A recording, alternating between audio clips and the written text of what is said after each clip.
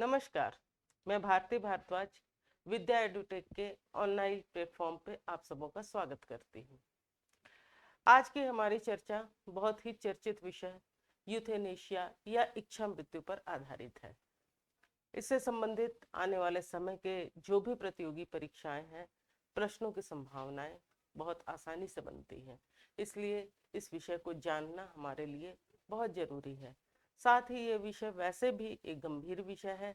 इसमें क्या स्थिति है भारत की, विश्व में ये पहले कहाँ आया इस तरह का नियम, इन सब पर हम लोग थोड़ी सी चर्चा कर लें।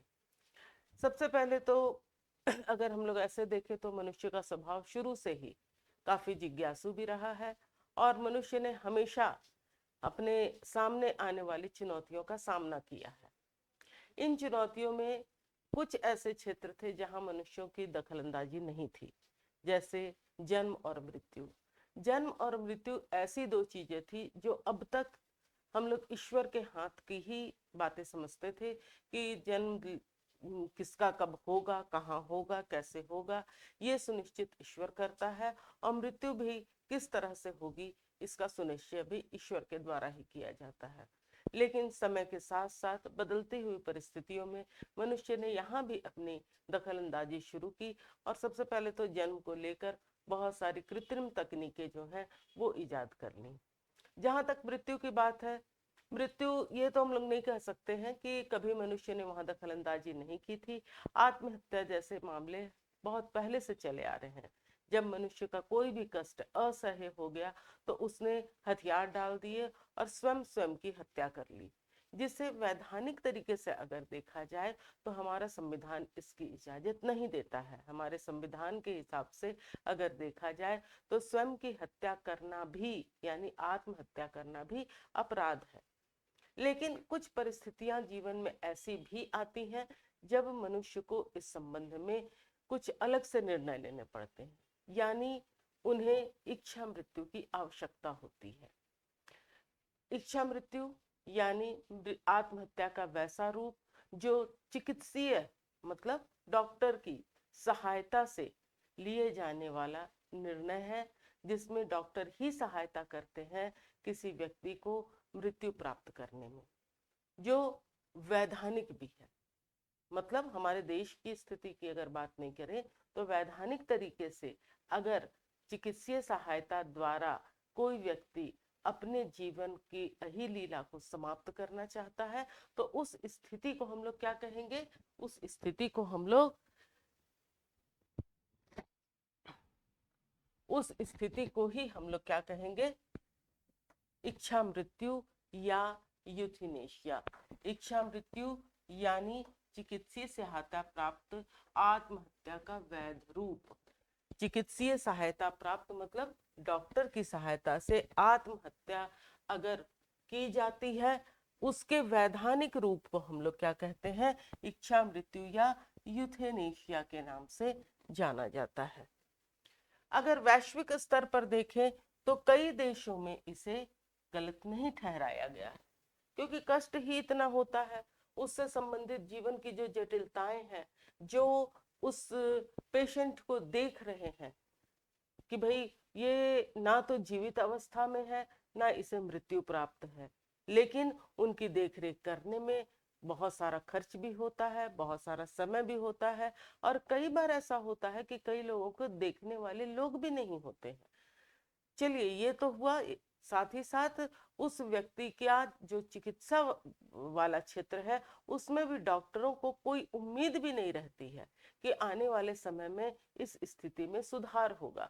तो वैसी स्थिति में चिकित्सीय सहायता लेकर उस व्यक्ति की अहिलीला को समाप्त कर दिया जाता है, तो उसे ही हम लोग यूथेनेशिया के नाम से जानते हैं, जिसमें सबसे पहले नीदरलैंड में इसे वैधानिक दर्जा दिया गया।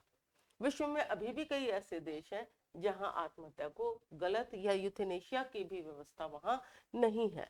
इसके अलावा Belgium, Spain, Canada, Colombia, Luxembourg, New Zealand, पुर्तगाल, इक्वाडोर, स्विट्जरलैंड और ऑस्ट्रेलिया के कुछ राज्य इसमें शामिल हैं, जहां अपनी इच्छा मृत्यु व्यक्ति ले सकता है। अगर हम लोग इसके टाइप को देखें, मतलब इच्छा मृत्यु कितने तरह की हो सकती है, तो सबसे पहले इसमें है सक्रिय इच्छा मृत्यु या एक्टिव यूथेनेशिया। इसमें डॉक्टर सीधे मरीज को घातक दवा दे देते हैं और वो मर जाते हैं। सक्रिय इच्छा मृत्यु यानी ऐसी अवस्था जहां पर डॉक्टर के द्वारा पेशेंट को दवाई दे दी जाती है या मरने वाले व्यक्ति को दवाई दे दी जाती है और वो उसे खाकर शांतिपूर्ण तरीके से बिना कष्ट सहे हुए मर जाता है। तो ऐसे व्यवस्था को क्या कहेंगे हम लोग? एक्टिव यूथेनेशिया या सक्रिय इच्छा मृत्यु। दूसरा है असिस्टेड सुसाइड, यानी ऐसी इच्छा मृत्यु जिसमें व्यक्ति के द्वारा दवा ली जाती है लेकिन चिकित्सीय सलाह। एक हुआ जिसमें डॉक्टर खुद इंजेक्शन या दवा दे देते हैं और वो मर जाता है, जो कि सक्रिय इच्छा मृत्यु हुई।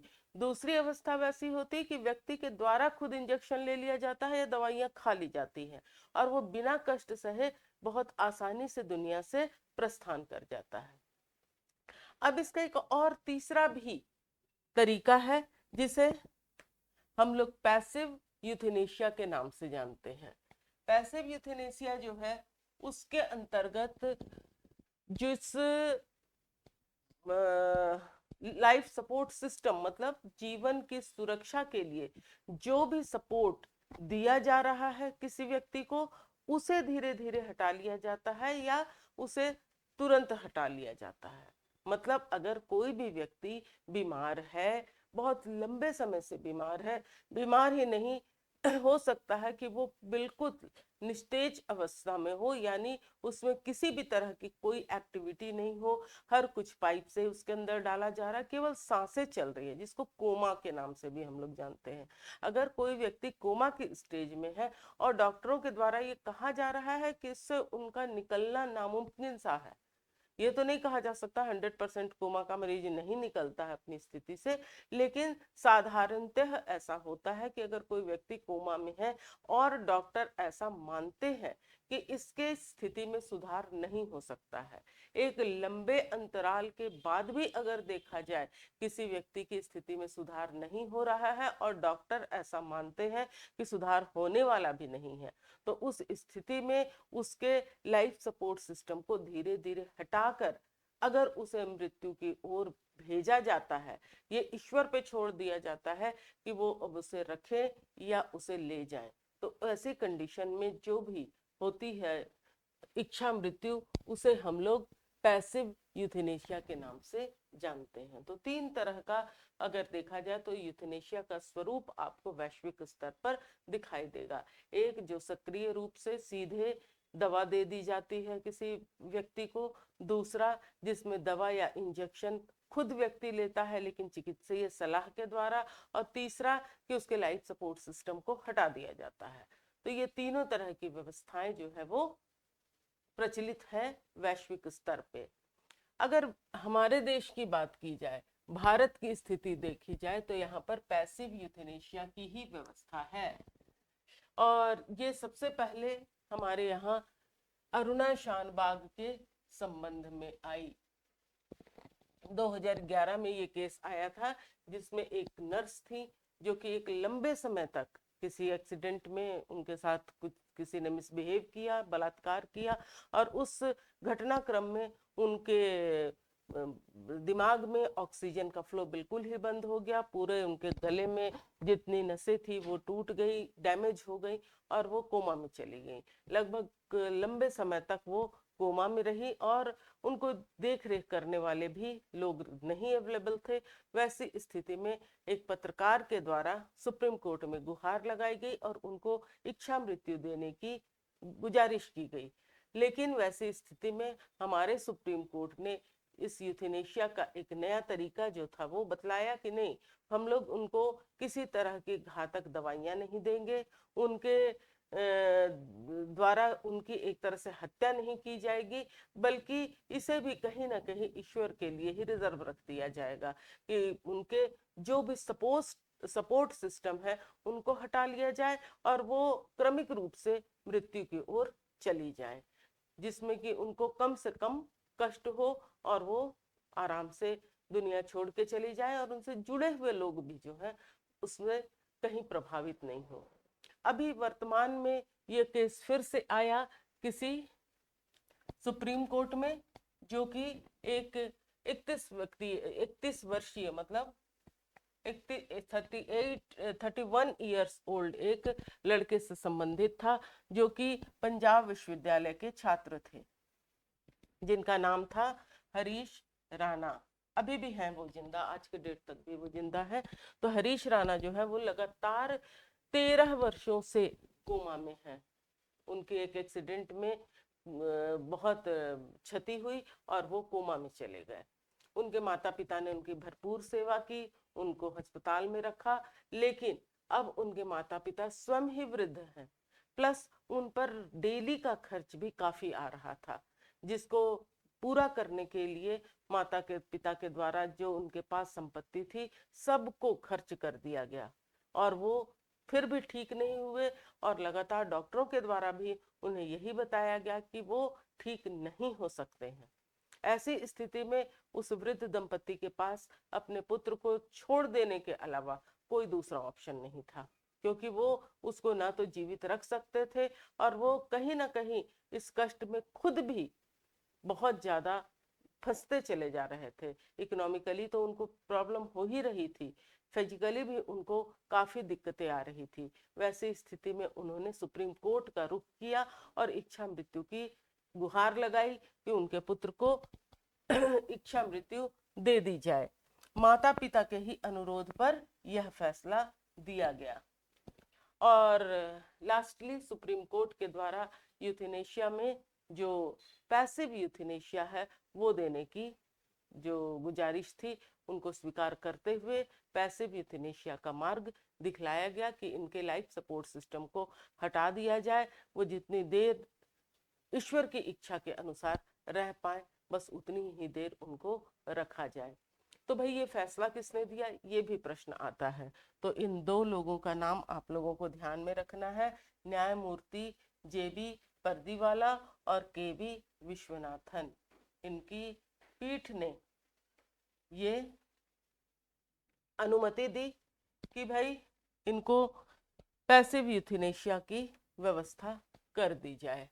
अगर हम लोग देखते हैं कि वैश्विक स्तर पर जो यूथेनेशिया है वो कहाँ कहाँ पर प्रचलित है, तो बेल्जियम में, लग्जमबर्ग में, कनाडा में, स्पेन में, न्यूजीलैंड में, ऑस्ट्रेलिया में, कोलंबिया में, इक्वाडोर में, स्विट्जरलैंड में, संयुक्त राज्य अमेरिका में, पुर्तगाल में अभी ये पारित हो गया है, लेकिन अभी पूरी तरह से वहाँ ये लागू नहीं है।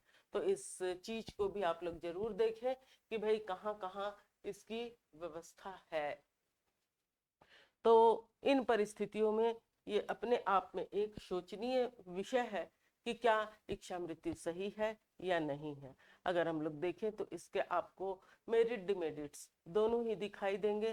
पहली चीज ये कि इच्छा मृत्यु उस अवस्था में अगर चुना गया मार्ग है जब कोई भी विकल्प नहीं बचता हो तो शायद ये सही है, क्योंकि हम लोग केवल एक बीमार व्यक्ति के विषय में नहीं बल्कि उसकी चिकित्सा में लगे हुए लोग, उनके सगे संबंधियों की भी व्यवस्था को जरूर देखें। जैसे इस केस में आपको ये लगेगा कि भले ही बहुत ही कष्टदायी स्थिति होगी माता पिता के लिए भी कि अपने पुत्र को, वो भी एक जवान पुत्र को जो कि उनके भी सहारे की स्थिति में होता, उसको वो खुद से दुनिया से विदा करने के लिए अनुमति मांग रहे हैं न्यायालय से। तो ये व्यवस्था किसी माता पिता के लिए तो सचमुच बहुत असह्य सी स्थिति है, लेकिन उनके पास निश्चित रूप से कोई विकल्प नहीं होगा। लेकिन अगर इसका गलत फायदा उठाया जाए तो शायद ये व्यवस्था कहीं ना कहीं गलत होगी। अगर इस तरह के आदेश आते हैं न्यायालय के द्वारा तो निश्चित रूप से इसके सभी पक्षों को बहुत गहनता से विचार करते, गंभीरता देखते हुए पूरे कहा जाए कि केस की, तभी न्यायालय को इस ऑप्शन को चुनना चाहिए। क्योंकि अगर कभी किसी के साथ गलत होता है, यानी व्यक्ति की इच्छा नहीं है, कहीं ऐसा होता है कि इलाज में कुछ संभावनाएं रह गई हैं, तो वैसी स्थिति में ऐसा होना तो निश्चित रूप से गलत होगा।